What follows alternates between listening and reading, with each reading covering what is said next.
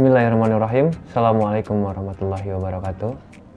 Alhamdulillahirrahmanirrahim. Pada hari ini kita masih bisa dijumpakan kembali dalam keadaan sehat walafiat. Pada pertemuan kita hari ini kita akan mengkaji terkait hakikat komputer, yang pada hakikatnya komputer di saat ini mungkin banyak orang memanfaatkan dengan berbagai hal, dengan berbagai aktivitasnya dan berbagai fasilitasnya juga.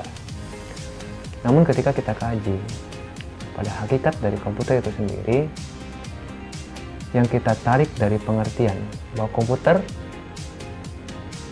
berasal dari bahasa computare, yang artinya adalah menghitung.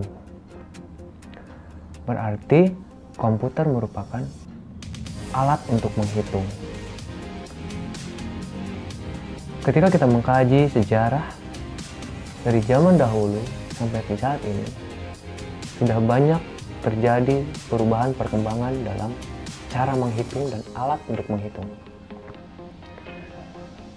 Awal pertama kali menghitung manusia itu menggunakan jari, kemudian menggunakan kerikil, kemudian menggunakan sempoa, dan dikembangkan kembali ada yang disebut dengan kalkulator, dan kemudian ada juga dikembangkan menjadi komputer, DOS, dan segala bentuk aktivitas yang kita lakukan menggunakan coding.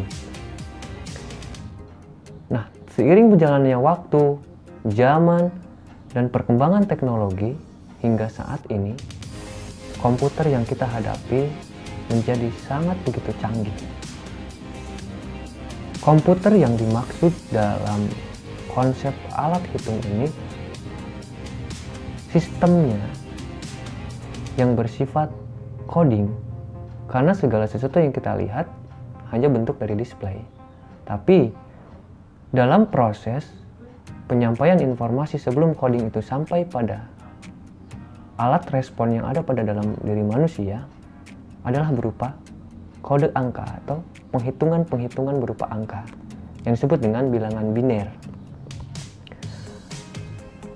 Termasuk smartphone yang kita pegang setiap hari, setiap waktu, setiap saat, itu merupakan komputer yang terkini. Ada Android, ada iOS, ada Microsoft, dan sebagainya. Masih banyak lagi sistem-sistem operasi dan orang-orang yang memproduksi komputer atau alat hitung itu. Perkembangan zaman ini, alat hitung tersebut dikembangkan menjadi pengolah data elektronik. Ada digunakan menjadi alat benar-benar menghitung, ada juga digunakan, dikembangkan untuk sebagai alat pengolah data huruf, gambar, dan lain sebagainya. Perkembangan alat hitung yang mungkin sebagian kecil yang kita alami, ataupun ada yang pernah mengalami dari mulai masa awal sebelum adanya era digital hingga saat ini. Nah, pada dasarnya ketika kita ambil esensi dari komputer itu sendiri, maka mari kita maknai bersama bahwa komputer kita gunakan sebagai alat untuk dijadikan sebagai modal hidup yang positif untuk diri kita dan manusia-manusia di masa depan. Komputer dinyatakan sebagai alat pengolah data elektronik, atau sering kita katakan dengan istilah electronical data processing. Komputer ada yang disebut dengan perangkat input. Kemudian ketika di-input, maka data tersebut akan dilakukan proses. Diproses dari tadinya data mentah menjadi bentuk data matang, yang pada akhirnya akan muncul pada output, dan itulah display berupa musik, berupa gambar, dan lain sebagainya yang dapat kita terima dari makna hasil perhitungan bilangan biner tadi. Jadi ketika kita simpulkan secara sederhana bahwa komputer di saat ini bukan hanya digunakan sebagai alat untuk menghitung seperti 1 tambah 1 atau 1000 kali 12.000 dan lain sebagainya, tapi konsep perhitungan tadi dijadikan sebagai sistem operasi yang disebut dengan bilangan biner tadi, dan menjadikan informasi data yang lain menjadi gambar berwarna ataupun menjadi huruf.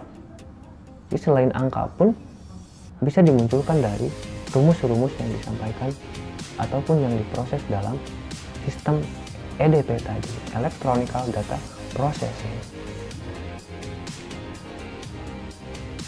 Input, processing, dan output sistem tadi itu disebut dengan siklus pengolahan data pada komputer. Nah, maka dari itu setiap komputer akan dapat bermakna jika pertama ada yang disebut dengan hardware, berarti perangkat komputernya. Yang kedua ada software, berarti sistem operasi, aplikasi, dan lain sebagainya.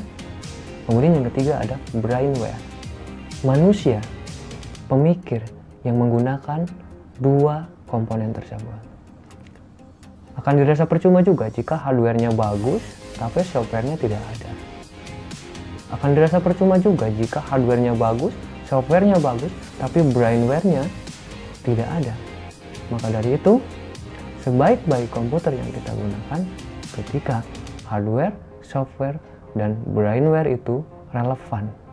Nah, makanya ketika teman-teman berpikir saat ini untuk memiliki komputer, memiliki smartphone yang memiliki kapasitas yang tinggi, memiliki kualitas yang bagus, kita hadapkan dengan nilai kebutuhan kita. Kira-kira untuk apa? Karena setiap komputer, setiap electronic data processing tadi digantungkan atas kebutuhan kita. Tidak semata-mata kita memiliki komputer yang bagus, tapi manfaat dan fungsinya tidak sesuai dengan kebutuhan diri kita. Jadi secara hakikat kita kembalikan bahwa alat hitung ini diciptakan oleh orang yang benar-benar memahami electronic data, dari mulai orang-orang menciptakan segala sesuatu yang ada di dalam komputer tersebut, termasuk aplikasi-aplikasi digital.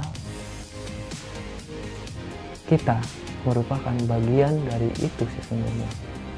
Maka dari itu, ketika kita berpikir bahwa gadget, Android, iOS, Microsoft, ataupun gawai, ataupun komputer, laptop, dan lain sebagainya, dinyatakan banyak negatifnya untuk manusia.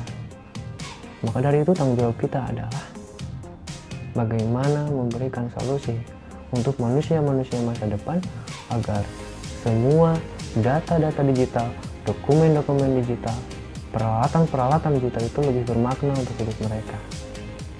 Karena perlu kita sadari, hari ini kita mulai menginjakkan kaki pada tangga digital, maka 10-20 tahun ke depan entah seperti apa digital itu harus dikuasai oleh manusia. Nah, kesimpulannya seperti itu teman-teman. Mudah-mudahan apa yang telah kita kaji di hari ini bisa bermakna, bermanfaat untuk kita semua. Terima kasih untuk hari ini. Sampai jumpa lagi di pertemuan berikutnya. Sebelum saya undur diri, salam untuk orang-orang terdekat di hati teman-teman semuanya. Dan sebelum saya juga menutup kegiatan diskusi hari ini, mari kita teriakan bersama, aku bahagia hari ini. Assalamualaikum warahmatullahi wabarakatuh.